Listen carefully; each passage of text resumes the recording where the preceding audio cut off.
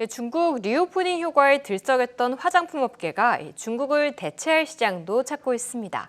올해 실적 하락 직격탄을 맞아 새로운 활로를 찾기 위해 전략을 고심하는 가운데 업계 1, 2위인 아모레퍼시픽과 LG생활건강은 나란히 새 수작을 맞아 전력을 가다듬고 있는데요.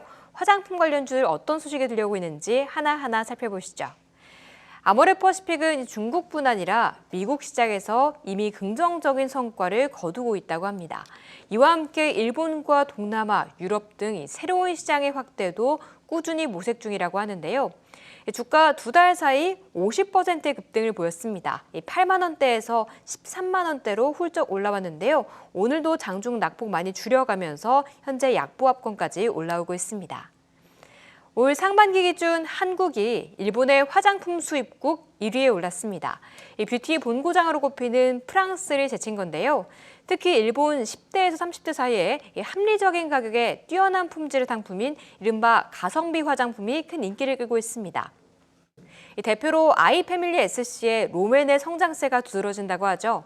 하지만 12월 중순 상승한 후 숨을 고르고 있습니다. 사흘째 파란불 켜내면서 현재 1.7%의 약세에 나타내고 있습니다. CJ제일제당이 친환경 생분해 화장품 용기를 개발했다고 밝혔습니다.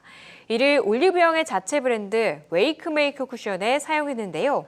친환경 생분해 소재로 용기를 만든 화장품이 가치 소비를 추구하는 소비자들의 호응을 이끌 것으로 보고 있습니다. CJ제일제당은 음식료뿐 아니라 다양한 사업을 하고 있죠. 최근 기관 수급이 3거래주 유입되는 가운데 오늘은 0.8% 하락하고 있습니다. 지금까지 화장품 관련 뉴스 알아봤습니다. 네, 중국의 위드 코로나에 대한 기대감이 부각이 되면서 리오프닝 그 속에서도 화장품주가 견조한 상승세를 보여줬었는데 워낙에 화장품주는 올해 못 갔기 때문에 이제야 좀 올라야 되지 않을까 이런 생각이 듭니다. 실내 마스크 의무가 해제가 된다면 색조 화장품에 대한 상승에 대한 기대가 언급이 되고 있는 것 같은데 어떻습니까? 너무 무거워요, 지금 화장품주. 그렇죠. 잘 안 가고 있습니다. 예, 네. 이런 거예요. 그러니까 그러니까 우리나라 먼저 이제 위드 코로나 갔지 않습니까? 그 다음에 중국 위드 코로나 얘기 나오면서 일단 기대감에 주가가 저기 선반영되는 측면이 있고, 근데 여기서 이제 4분기나 1분기 실적들을 아마 투자자들은 특히 기관 투자자들은 아마 보고 싶을 겁니다. 그래서 외국인도 그렇고, 그러니까 기대감이 어느 정도 올라온 다음에 그 기대감이 진짜 현실에 부합하고 실적으로 견인되냐, 실적이 예를 들면 반전을 모색하거나 호조가 되느냐 이런 부분을 아마 또 한 번 볼 겁니다. 그래서 4분기 실적이나 1분기 실적 이후에 또 한 번에 다시 한번 재상승하는 일정 부분 실적이 좋은 업종이나 종목 위주로 이렇게 갈 가능성이 높고요. 아까 말씀드린 이 중국이나 일본의 어떤 화장품, 여행객 이런 것들을 보려면 명동을 보라고 하더라고요. 그래서 크리스마스 때 이제 아닙니까? 맞지 않나요? 맞죠. 예, 제가 외국인이 이제 돌아왔는지. 예, 네. 실질적으로 체감하는 거는 그래서 뉴스를 보니까 크리스마스 이브 때 사람들이 상당히 많더라고요. 물론 이제 국내 우리나라 분들이 많긴 했지만 명동 상당히 활력을 찾았다라는 모든 이런 상점에 있는 점주분들도 이런 얘기를 하시고 일단은 한 50% 정도 회복된 것 같다라고 얘기들을 하고 계시는 거니까 일단 그쪽에 한번 보시면 좋을 것 같고 그런 부분도 보시면 좋을 것 같고 이쪽 업체들이 상당히 고전을 냈고 어려웠기 때문에 중국 매출 일변도, 그러니까 거의 이제 중국 관련주들, 그러니까 화장품도 중국 소비주로 막 대변되지 않았습니까? 그래서 중국의 상당한 매출에 대한 의존도가 가장 컸는데 어려웠기 때문에 판매처를 상당히 판매국이 다양화했고 특히나 북미라든지 일본이라든지 동남아 신흥국이라든지 그다음에 판매 채널도 다양화했고요. 온라인이라든지 홈쇼핑이라든지 여러 가지로 오프라인 매장은 계속 줄여나가고 있고 그리고 자구책을 계속 썼습니다. 그런 부분이 이제 결실을 위드 코로나 정책과 중국 위드 코로나 정책과 우리나라의 이제 마스크 해제와 실내 마스크 해제와 같이 부합되면서 움직이지 않을까 저는 그렇게 일단은 생각을 하고 있습니다. 계속해서 기대감이 있는 업종이기는 합니다. 주가 그동안 못 갔기 때문에 이제는 좀 상승을 할 수 있을까 기대감이 커지고 있는데요. 일단 화장품 하면 예전보다는 중국의 의존도가 낮아졌다고는 하지만 여전히 중국 시장을 안 볼 수가 없습니다. 네, 맞습니다. 네. 전에 금방 말씀하셨던 네. 유인수 부장님의 말씀처럼 지금 실내 마스크 해제라든지 그다음에 중국의 그 위드 코로나의 영향으로 우리나라에 지금 방문하는 중국객 수가 상당히 많이 증가를 하고 있고 그래서 명동이라든지 이런 부분에서도 상당히 그 좀 약간은 과거보다는 좀 더 많은 활성화를 이루어지고 있다고 저는 생각을 하고 있습니다. 그리고 예, 이제 이게 이제 실외 마스크 해제 같은 경우는 이게 또 따로 마스크를 들고 실내를 또 들어갈 때 또 착용을 해야 된다는 그런 불편함이 많기 때문에 지금 현재 그 실외 마스크 해제가 그게 큰 실효성은 없고 그냥 거의 대부분 많은 사람들이 지금 마스크를 쓰고 다니고 있지만 실내 그 마스크 해제까지 이루어진다 그러면 그런 부분들이 많이 사라지고 조금은 더 그 이제 화장이라든지 그런 부분들을 많이 할 거라고 보고 있고 화장을 하겠다라는 쪽이 이제 거의 뭐 여성분들에서는 한 65% 정도 이렇게 증가를 한다고 본다 그러면 충분히 화장품은 이제는 조금 실적이 나오는 내년이 아닐까라는 생각을 조금 합니다. 이제는 좀 실적이 숫자가 찍히지 않을까라는 이야기를 했는데요. 화장품 안에서도 뭐 ODM, OEM 여러 가지 종목들이 많습니다. 그 속에서 옥석을 잘 가려야 될 것 같은데 화장품주와 관련해서 두 분의 골든픽 종목 바로 만나보도록 하겠습니다. 자, 류 부장님이 가지고 오신 종목은요. CNC 인터내셔널을 가지고 오셨습니다.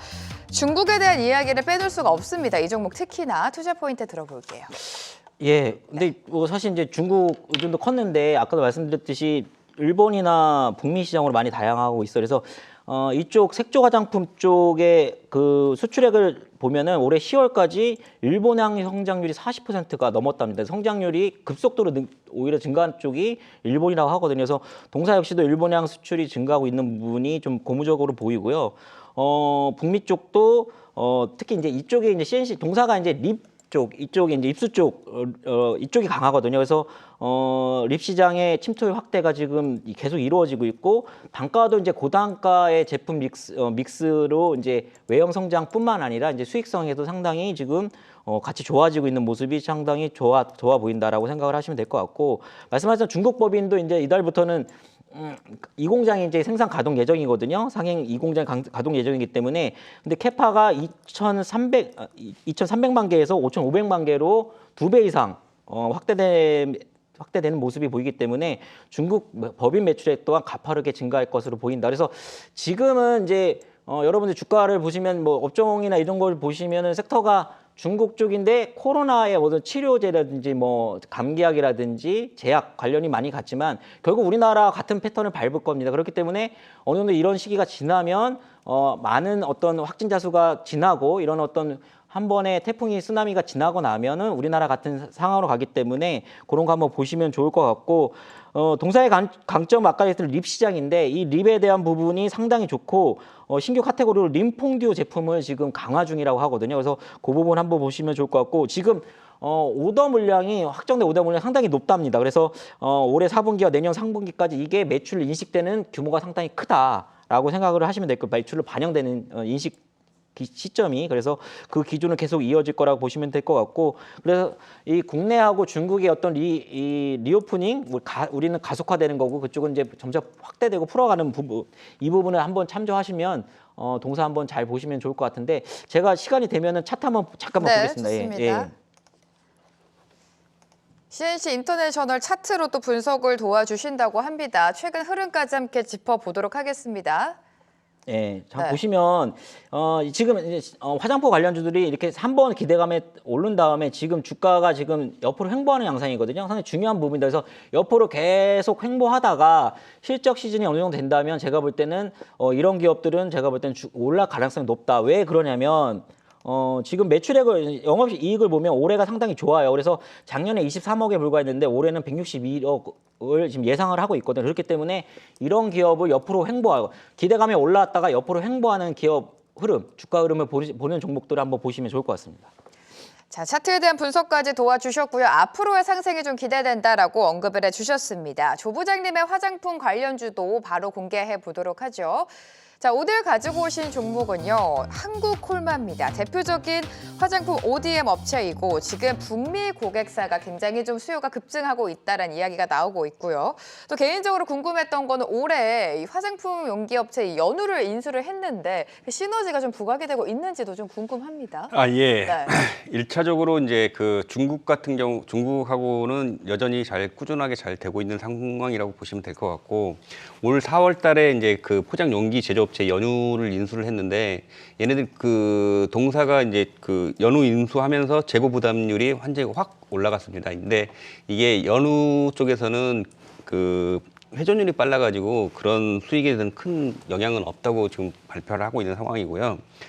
그리고 그 한국콜마 같은 경우는 지금 그 HK 이노엔이라고 자회사가 42% 지분을 가지고 있는 자회사가 있는데, 이 자회사가 올해가 이제 최대 실적이 발생을 했고요. 그러면 그 당연하게 이제 그 한국콜마에도 영향을 좀 많이 미칠 거라고 보고 있습니다. 네. 그리고 그 북미 쪽에서도 상당히 많이 있을 것 같고, 그다음 중국 같은 경우 방역 완화에 따른 수혜도 충분히 예상되고 있다고 저는 생각을 하고 있습니다.